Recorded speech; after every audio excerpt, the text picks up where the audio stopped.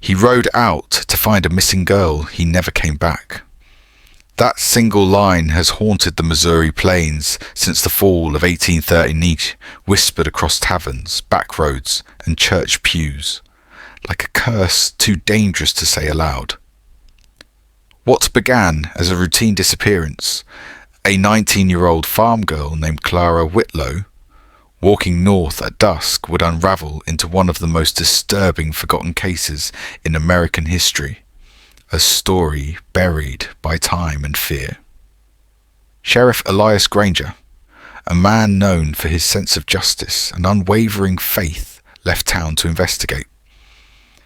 3 days later, the only thing found was his horse still saddled, grazing near the edge of the Belgrave property, a place the locals swore off long ago.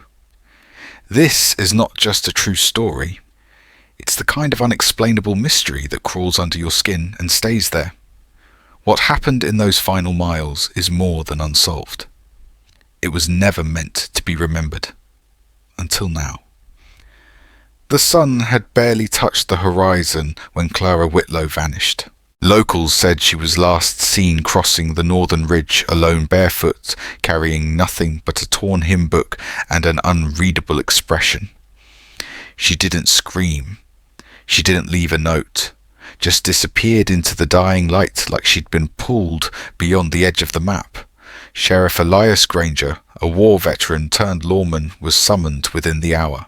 He knew the land better than most, but even he hesitated when he heard where she'd been heading. Belgrave Hollow, a place no one had dared mention since the fire of 27. Still, Granger was a man of order, and a missing girl meant duty. He saddled his horse, adjusted the crucifix around his neck, and whispered something under his breath before riding north. He would not return for 3 days. What came back with him wasn't silence. It was something far worse. Some towns vanish from maps. Others vanish from memory. Far West Missouri was once a thriving beacon of faith and frontier promise, a town founded on scripture and sweat. But by the fall of 1839, it had become little more than a forgotten scar on the American landscape, swallowed by weeds, whispers, and the kind of silence that feels watched. Nestled some 80 miles north of Independence, far west, was a place people stopped talking about but never really forgot. Locals said the wind carried voices out there, the kind that didn't belong to anything living. The few who stayed behind after the Mormon exodus kept their heads down, their windows shuttered, and their stories buried beneath rotting floorboards. There were no sheriffs, no preachers, and most terrifying of all, no rules. Something had taken hold of the soil. Livestock were born wrong. Wells turned black. Time itself seemed to twist in corners of the valley where compasses failed and birds refused to fly. Outsiders blamed madness. Insiders knew better. What happened in Far West wasn't madness. It was a warning, a quiet one, a sacred one. And when Clara Whitlow walked into that hush, the town held its breath like it remembered what was buried there. She walked into the field, and the field swallowed her whole. That was the last thing anyone saw of Clara Whitlow, a quiet 19-year-old girl, known more for her silence than her smile. On October 3rd, 1839, she left the porch of her family's cabin just before dusk, barefoot, wearing only her nightgown and clutching a hymn book that wasn't hers. Her father said she hadn't spoken a word in days, only stared out toward the tree line with a look that made the dogs whimper. She walked north past the cornfields, through the dried creek bed, and towards the one place every child in Far West was told never to go, the edge of Belgrave Hollow. No one followed her. No one dared. Not even her brothers. An hour later the sun was gone, and so was Clara. The town mounted a search, but the trails twisted, the soil turned soft underfoot, and compasses spun without mercy. It was like the land itself had opened up and taken her in. No footprints, no torn fabric, just air thick with rot and a single dead bird lying at the threshold of the hollow. And that's when they sent for Sheriff Granger. They didn't find her, but something found them. When Sheriff Elias Granger arrived in Far West, he expected panic, maybe even hysteria. What he found was worse stillness. The townspeople spoke in clipped whispers, eyes darting to corners of rooms, as if afraid something might be listening. Clara's father, a man carved by years of drought and war, refused to look Granger in the eye. "She went where she shouldn't," he muttered, "and the hollow doesn't give back what it takes." Granger dismissed the talk as frontier superstition, but even he noted the odd details. Milk curdled inside sealed jars, shadows that lingered too long, dogs that refused to step past the orchard fence. He camped near the edge of Belgrave Hollow that night, watching the trees move against a wind that didn't touch his skin. Around midnight, his horse began to thrash, eyes, wild foam pouring from its mouth. The crucifix around Granger's neck burned hot against his chest. No wolves, no bandits, just a sound low constant, like breath drawn through hollow bone, echoing out from the dark. The next morning, only Granger's horse returned, saddled, unscratched, and alone. That was the last time anyone saw the sheriff alive. Or so they thought. 3 days later, the horse came back, but the man riding it wasn't the one who left. Sheriff Elias Granger was found just before dawn on the outskirts of Far West, sitting upright in the saddle, eyes, open body ice cold, but with no visible wounds. His badge was missing. His boots were soaked in something too dark to be mud. And worst of all, he wasn't blinking. Locals said he looked like a man halfway between worlds, alive enough to return, dead enough to never speak again. He was taken into the chapel where Father Abram tried reading him scripture. Granger didn't flinch, didn't speak, just stared at the bell tower until his nose began to bleed. The priest called it possession. The doctor said catatonia. But one of the search boys, barely 12, said something else. "That ain't our sheriff," he whispered. "He's just wearing the sheriff's skin." From that day forward, whatever was inside Granger refused to be alone with mirrors or firelight. The townsfolk kept their distance. But one man didn't. His name was Nathaniel Cobb, and what he discovered in Granger's cabin would change everything. He spoke just once, and it wasn't in English. For 72 hours, Sheriff Elias Granger hadn't moved, hadn't eaten, hadn't blinked. Then, on the fourth night, as lightning fractured the sky above Far West, he opened his mouth and said a single phrase in a language no one could place. Witnesses described the sound as wet and broken, like tree limbs cracking underwater. The local schoolmaster claimed it matched no known dialect, not Latin, not Greek, not even the old biblical tongues. Whatever it was, it made the oil lamps flicker and the dogs howl until dawn. That same night, Nathaniel Cobb, a former surveyor and the town's reluctant skeptic, was tasked with watching over Granger. Cobb didn't believe in curses or haunted valleys, but he believed in facts, and something about the sheriff's stillness felt engineered, deliberate. Cobb noted every shift, every breath, every blink or lack thereof. But what unnerved him most wasn't the stillness. It was the moment Granger turned his head, not slowly, not gradually, but with an unnatural snap, and stared directly at him. His pupils were gone. Just white, just hunger.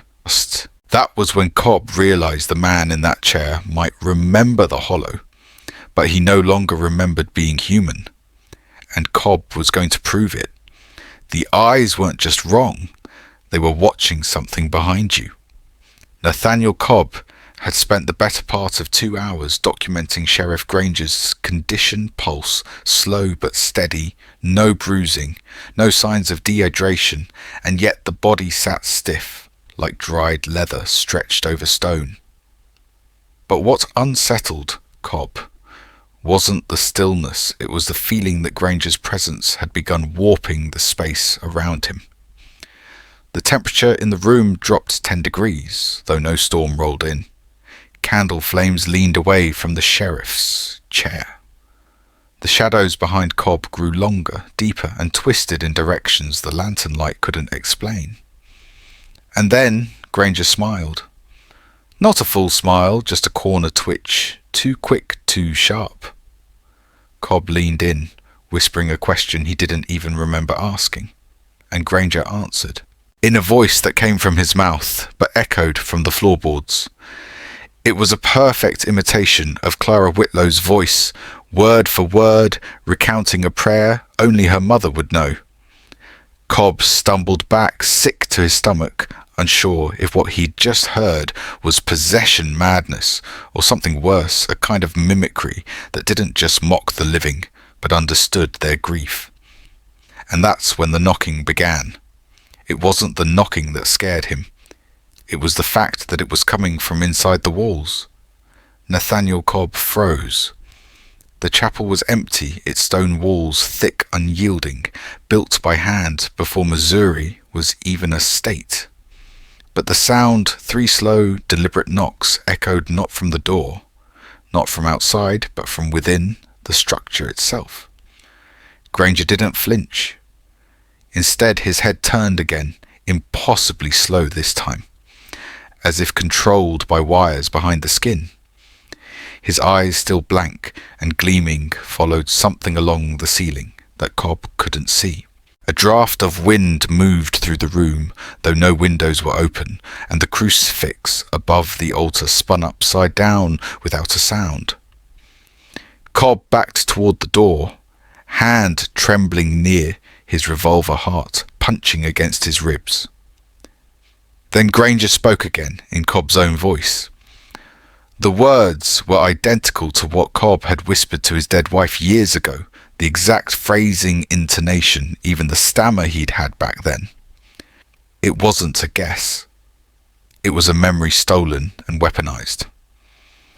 Cobb ran from the chapel into the night, convinced of one thing. This wasn't demonic possession. It was something older, colder, and vastly more intelligent. Something that didn't just mimic life. It harvested it. And far west was its new hunting ground. What Cobb saw next didn't belong to this century, maybe not even this world. After fleeing the chapel, he wasn't sure what was real anymore. The trees moved wrong. The stars blinked out one by one. Far west was unravelling slow silence and deliberate. But Cobb wasn't the only one noticing. Across town, others began hearing the same knocking, and some started answering it. First, the mirrors cracked, then the people did. Within 48 hours of Cobb's escape from the chapel, far west began to come undone. It started small oil lamps that refused to stay, lit livestock found facing the same direction, eyes wide, unmoving. Then came the whispers, low, rhythmic murmurs that slithered through floorboards and tree bark, always just out of reach. Children stopped speaking. A preacher was found clawing at his own throat, eyes rolled back, tongue burned black from trying to speak the name he heard in his dreams. Cobb tried to warn the town, but they wouldn't listen. Or couldn't. It was as if whatever had come back with Granger had begun leaking into everyone. People stared through each other, laughed at things that weren't there, prayed to things they couldn't name. Cobb kept notes, tried to connect symbols from the sheriff's ramblings to old frontier myths, native burial grounds, ley lines, even witchcraft, but none of it explained the precision, the coordination. Something was orchestrating this, something that needed Far West to forget itself. And the deeper Cobb dug, the clearer it became, this wasn't a haunting. it was a reclamation, and they were already too late. By the 7th night, Far West no longer made sense on a map. Roads looped into themselves, compasses spun like carnival wheels, letters on signs rearranged when no one was looking. The town's perimeter shrank every hour, not physically but psychically. People forgot the names of their own children. Mothers didn't recognize their babies. Entire homes vanished, leaving behind only the echo of door hinges swinging in the wind. Nathaniel Cobb, desperate and sleep-starved, tried to send a telegraph, but the machine spat out symbols he'd never seen, glyphs that pulsed like veins in fresh skin. He ran to the church bell, hoping its sound might still reach beyond the hollow. But when he rang it, the sound went down, not out a deep metallic groan that seemed to disappear into the soil. That's when the ground began to sweat. Cobb described it later as the land exhaling as if Far West itself had lungs, and they were waking up. Every map in the post office turned black at the town's edge. Even the birds avoided it. Cobb knew then this wasn't a place anymore, it was becoming a mouth. And it was learning to bite. They didn't just vanish, they were rewritten. On the 8th day, entire families were gone, not missing erased. Their homes still stood beds, still warm supper, still steaming on plates. But no photographs, no letters. No one in town could remember their names. It was as if Far West had begun editing itself, cutting out pieces of its own history like dead flesh. Cobb broke into the town archive, desperate to find proof of the past census, logs, marriage certificates, grave markers. What he found instead were pages fused together with a resin that bled when torn ink that shifted under his gaze, and a final entry written in his own handwriting dated 2 days in the future. The words read, "He goes quiet next." Cobb felt something tighten inside him, then like a thread pulled from behind his eyes. He couldn't remember his sister's face, or his dog's name, or what year it was. Reality wasn't breaking, it was being replaced. The entity wasn't just watching anymore. It was rewriting the script. And the townspeople, they were turning into obedient characters, following cues from a narrator that had never been human. Cobb realized with growing terror he wasn't in danger of dying. He was in danger of becoming fictional. The thing inside Far West didn't want to haunt, it wanted to narrate. Cobb had survived 8 days inside a town actively unmaking itself, but survival wasn't victory. The entity had grown smarter, bolder, louder. Now it was speaking through people, writing through places. And with each whispered command, it carved a path toward its final revelation. It was never about ghosts. It was about authorship. Cobb finally confronted the one man who might still know the truth, Father Granger. But what he found inside the rectory wasn't a man anymore. Granger sat perfectly still, pupils shaped like quills, his skin veined with script that shifted and rewrote itself in real time.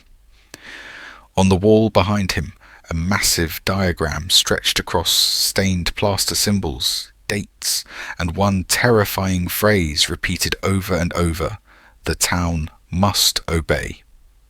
Granger didn't speak. Instead, the room spoke for him, walls pulsing with every syllable. The entity wasn't some demon. It was a consciousness ancient and formless that thrived on narrative control.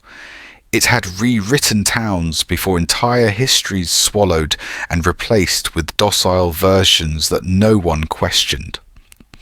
Cobb realized with icy clarity Far West wasn't haunted, it was being edited. Its people weren't victims, they were being repurposed. And the scariest part, the entity didn't need to kill to win. It only needed you to believe the story it wrote for you. The final truth wasn't buried underground, it was hidden inside language. Cobb stumbled upon the town's original charter, tucked behind a false wall in the abandoned schoolhouse. But the parchment didn't contain laws or founding names. Instead, it was a binding script handwritten in a looping inhuman dialect that coiled and pulsed like something alive. As he traced the ink with his fingers, the letters reassembled, forming sentences that spoke directly to him. "You were never real until we wrote you in." Cobb recoiled, dizzy. Every memory, every decision he thought he made, it all began to feel curated, scripted, like his entire life had been an audition for this moment. He wasn't resisting the story. He was its protagonist. And worse, he had been from the beginning. Outside, the bells rang again, though no one stood at the tower. The sky blinked once, then turned the colour of old paper. Cobb finally understood the entity didn't feed on fear.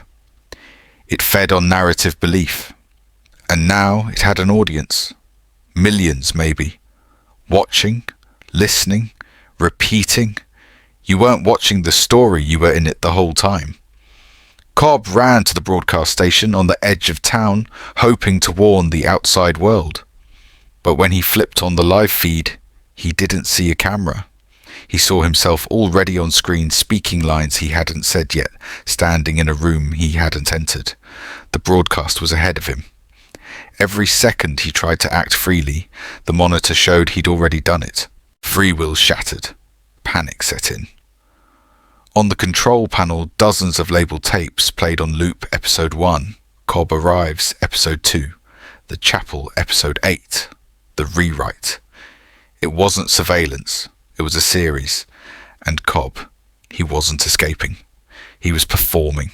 The entity didn't need actors, it bred them, groomed them through memories, trauma illusion. Each person in Far West wasn't living. They were syllables in a sentence too big to see. Cobb screamed into the mic. "Who's watching this?"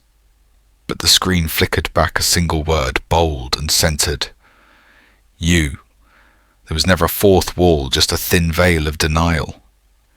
In a final act of desperation, Cobb broke into the town library's sealed archives, hoping to find records, blueprints, anything untouched.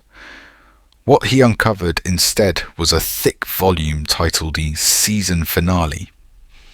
The cover bore his full name, and inside every page was blank except the last. One line in red ink, Cobb realizes he was never alone. Behind him the air pulsed. A dozen radios clicked on. The same voice spoke from each his. Word for word, thought for thought. It wasn't just narrating him, it was copying him, replicating his consciousness like a virus, embedding itself inside other stories. Outside windows, across Far West, flashed static, then glowed with his face, terrified, trembling, narrating. The town wasn't a setting, it was a transmitter. And Cobb wasn't the first, just the latest. In that moment, he knew the audience was never passive. Each viewer completed the story by believing it. Each share, each comment, each retelling rebirthed the entity. Cobb fell to his knees whispering, "It's writing us now."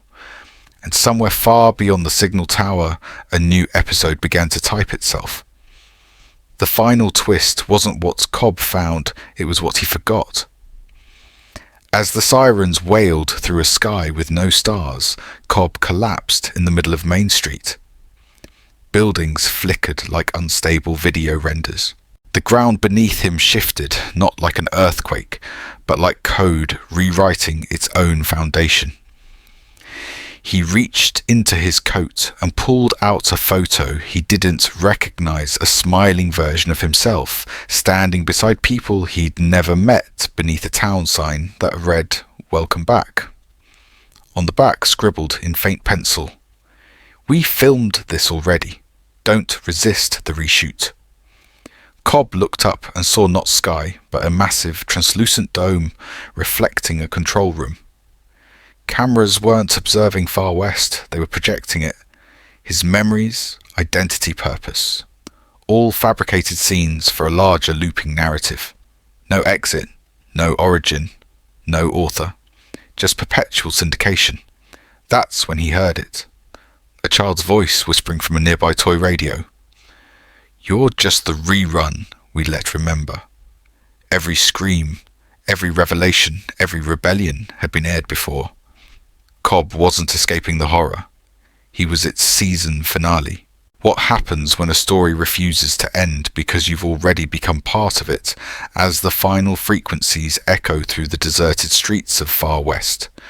Reality doesn't collapse, it reboots. The town resets the signs, repaint the memories, rewrite. But this time someone else is watching. Someone just like Cobb sitting in a room, wondering if they're next. The scariest part wasn't what Cobb saw. It's that no one else remembered it. Days after he was pulled from the empty shell of Far West, the town had vanished from every database, map and satellite record. Journalists who once covered its mysteries were suddenly unemployed, their bylines scrubbed. Locals swore it never existed. Yet Cobb's skin still bore the radiation-like burns of its presence. He tried screaming it to the world, but every microphone glitched. Every interview mysteriously cut short. You can't expose what's designed to erase you. At night, Cobb hears the static again, faint loopings, like someone trying to cue him for another take. Shadows flicker across his apartment's walls, forming outlines of the same buildings that should have collapsed. He no longer trusts mirrors. They show the town, not his reflection. Something followed him back, something unfinished, and while the world continues spinning, unaware, Cobb knows the broadcast isn't over, just on pause. Because Far West doesn't disappear, it migrates, and its next episode could be filming right outside your window. Cobb tried to move on, but the world wouldn't let him. Every time he crossed a state line, the same radio signal bled through the speakers, distorted looping, calling out names of people who were never born. He smashed his car stereo. The voices came through his TV, then through his phone, then his dreams. Sleep offered no escape. In one nightmare, he stood in the center of a hollow town, buildings pulsing like lungs, streets rewinding like old film. He woke up choking on dust, with dirt under his nails. His therapist dismissed it as trauma until she disappeared. No forwarding address, no license record, just gone. The last time Cobb tried telling someone their nose began to bleed mid-sentence. He stopped talking. He started writing.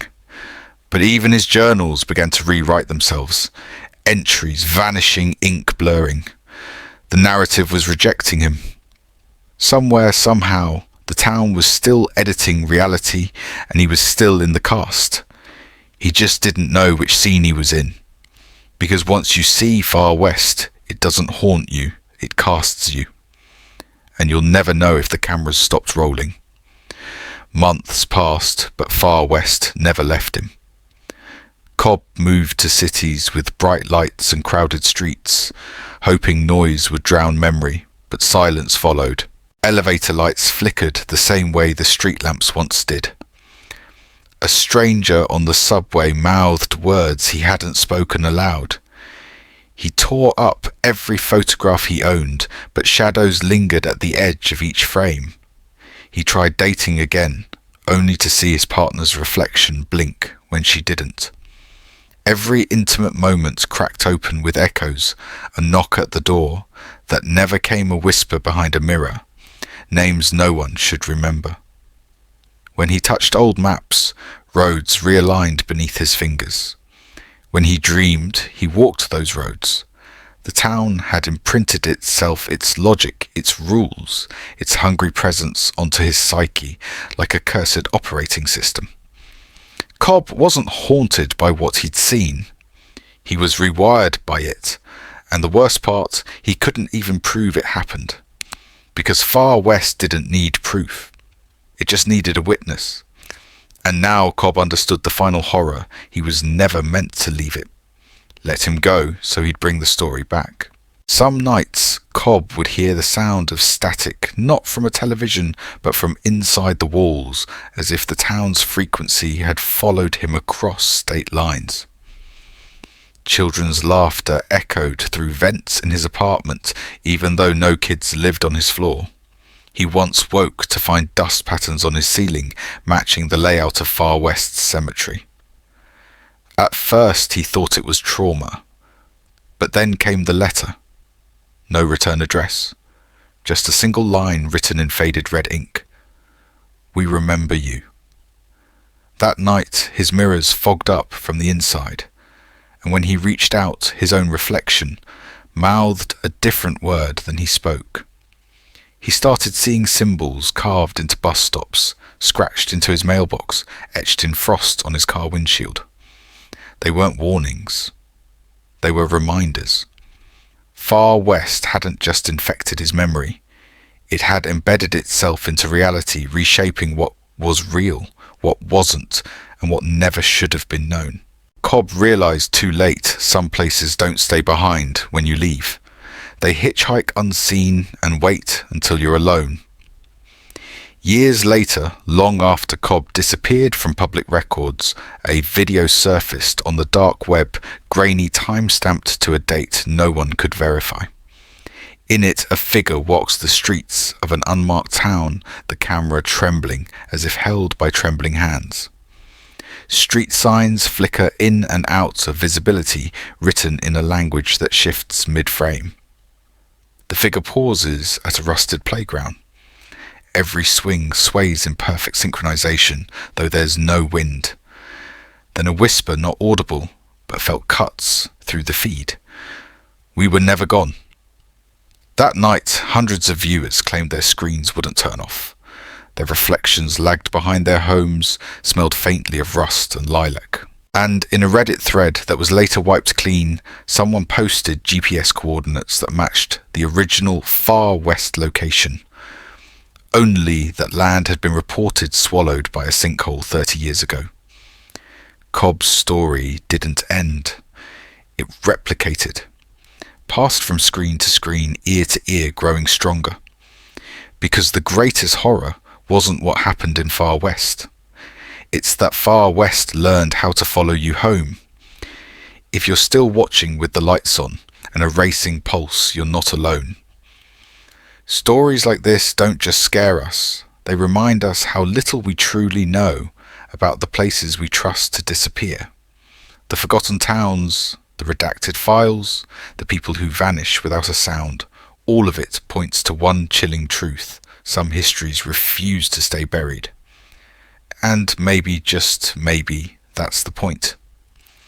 If this left a mark on your mind or stirred a shadow of doubt deep within you, drop your thoughts in the comments. We read every single one. Save this video so you don't lose it in the algorithm, and subscribe now for more tales that don't just disturb but stay with you long after the screen fades to black.